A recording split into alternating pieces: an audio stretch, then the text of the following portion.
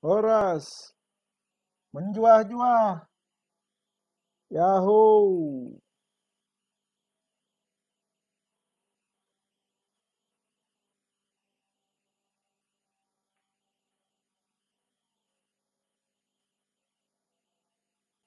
Dalam episode ini kita akan membahas tentang bagaimana mengatasi rasa takut dalam pembelajaran.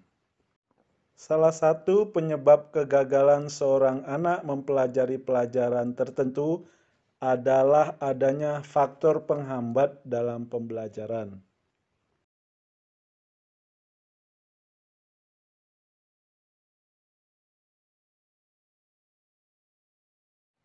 Menurut pengamatan saya, ada beberapa faktor yang mungkin dapat menghambat proses pembelajaran. Yang pertama adalah rasa takut. Yang kedua, tujuan yang kurang jelas. Dan yang ketiga, metode belajar yang kurang tepat. Nah, dalam episode ini kita akan fokus membahas tentang rasa takut, pengaruhnya terhadap pembelajaran, yaitu menjadi penyebab kegagalan atau keberhasilan pembelajaran, dan bagaimana mengatasinya. Mempelajari atau melakukan sesuatu yang baru bisa menimbulkan kecemasan, bahkan ketakutan dalam diri anak. Rasa takut itu timbul karena anak tidak tahu hasil atau outcome dari pembelajaran itu nantinya. Rasa takut yang dialami anak meliputi takut gagal, takut malu, takut dihina atau direndahkan, takut disalahkan, takut bahaya, dan takut mati. Rasa takut yang dialami anak bisa begitu besar sehingga membuat anak tidak berani melakukan usaha yang sungguh-sungguh untuk mempelajari pengetahuan atau keterampilan yang baru. Sebelum melanjutkan pembahasan, saya mau menayangkan dua tayangan singkat berikut ini.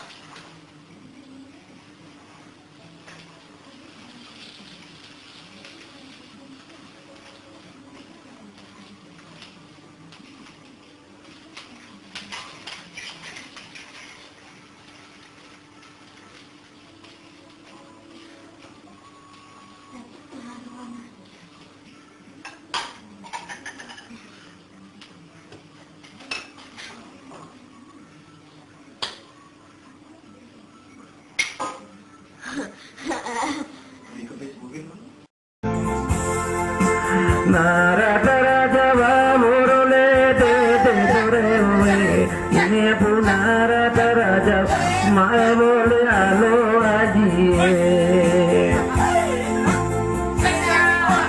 Narada raja murule de dore hoye ini punarada raja watangale alo ajiye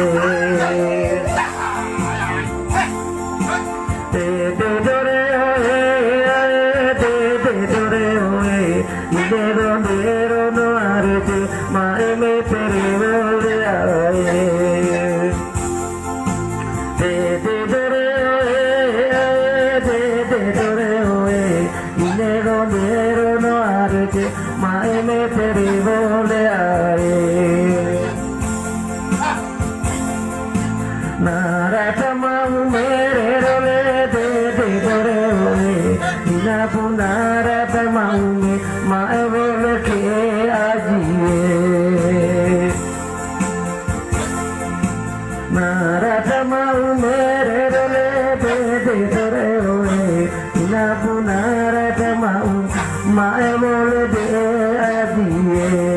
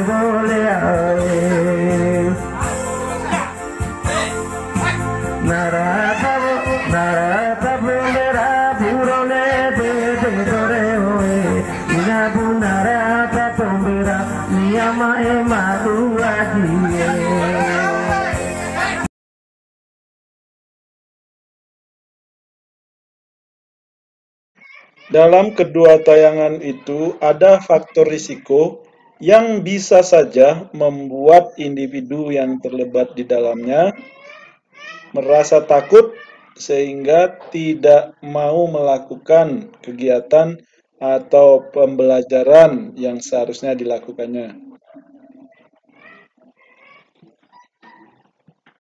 Dalam tayangan pertama, bisa saja anak merasa takut kalau dia terkena minyak panas. Sedangkan dalam tayangan kedua, saya bisa saja merasa malu di depan orang yang menyaksikan tarian yang sedang saya pelajari. Tapi karena individu di dalam kedua tayangan itu berhasil mengatasi rasa takutnya, pembelajaran dapat berjalan dengan baik dan keterampilannya berhasil dipelajari.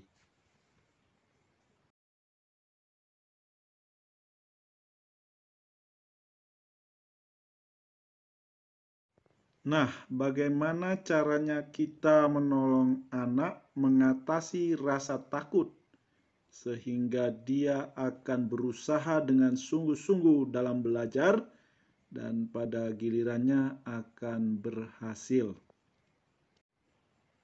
Pertama, kita harus memahami bahwa rasa takut timbul dari imajinasi, khususnya imajinasi tentang masa depan atau apa yang akan terjadi di masa depan ketika kita melakukan sesuatu.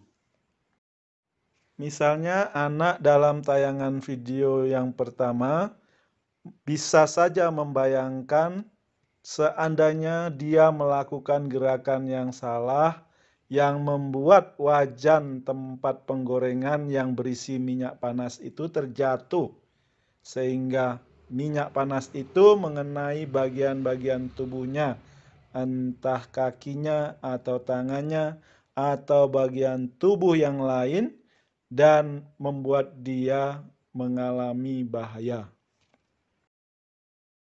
Jadi rasa takut itu berasal dari imajinasi kita, bukan berdasarkan sesuatu yang nyata.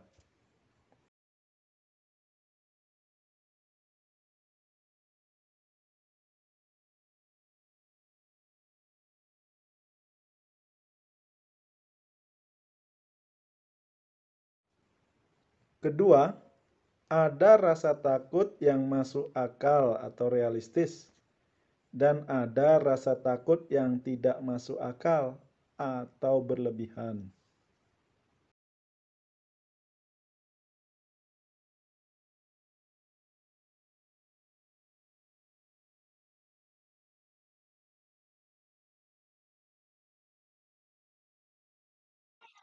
Rasa takut yang masuk akal berguna untuk kelangsungan hidup, bahkan keberhasilan kita.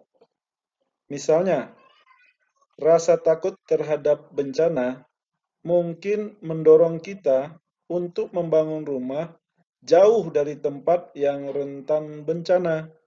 Dengan demikian, kita mengurangi kemungkinan terkena dampak bencana. Juga, rasa takut gagal bisa mendorong kita untuk lebih sungguh-sungguh mempelajari pelajaran, sehingga demikian meningkatkan peluang kita untuk berhasil di dalam pembelajaran, yang pada gilirannya akan menolong kita berhasil dalam kehidupan. Tapi rasa takut yang berlebihan sangat menghambat, bahkan merugikan kita, karena membuat kita tidak berani untuk mencoba mempelajari atau melakukan sesuatu yang baru. Jadi kita harus bisa membedakan mana rasa takut yang masuk akal, mana yang berlebihan. Kegagalan untuk membedakan kedua jenis rasa takut ini akan mendorong kita mengambil keputusan yang salah atau melakukan sesuatu yang merugikan.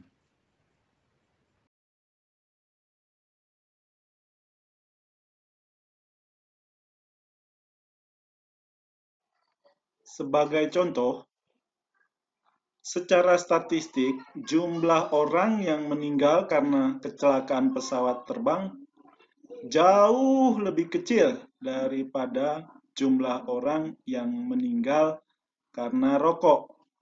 Misalnya, kena kanker, penyakit jantung, TBC, dan lain-lain. Tetapi anehnya, lebih banyak orang takut naik pesawat terbang daripada menghisap rokok atau berada di dekat orang yang sedang merokok.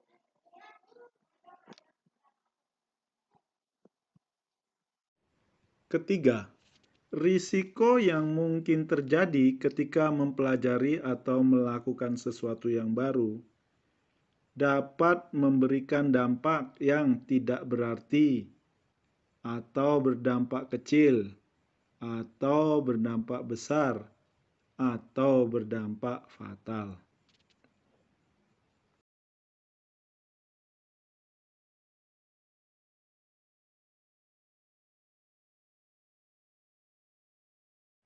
Sebagai contoh, dalam tayangan video yang pertama, risiko yang mungkin terjadi adalah terkena minyak panas. Hal ini berdampak kecil sampai besar, tetapi tidak fatal. Sedangkan dalam tayangan video yang kedua, risiko yang mungkin terjadi adalah rasa malu terhadap penonton. Ini tidak berdampak sesuatu yang berarti. Risiko yang mungkin terjadi karena mempelajari atau melakukan sesuatu yang baru jarang sekali berdampak fatal. Kebanyakan dari risiko yang kita hadapi tidak mempunyai dampak yang berarti atau berdampak kecil saja. Hanya sedikit yang berdampak besar.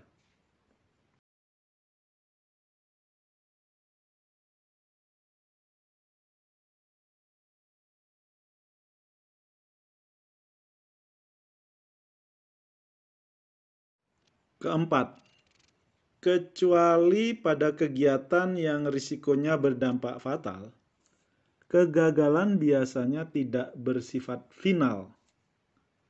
Artinya, selalu ada kesempatan untuk melakukan perbaikan dan mengubah kegagalan menjadi keberhasilan.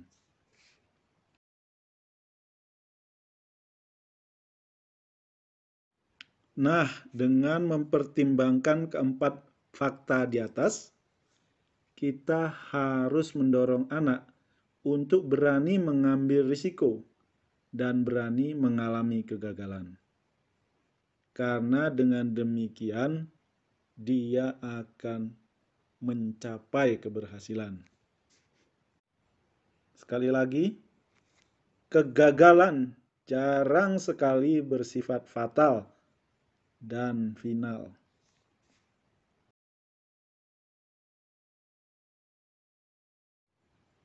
Bagaimana pendapat Anda? Sekian dulu, sampai jumpa di episode selanjutnya.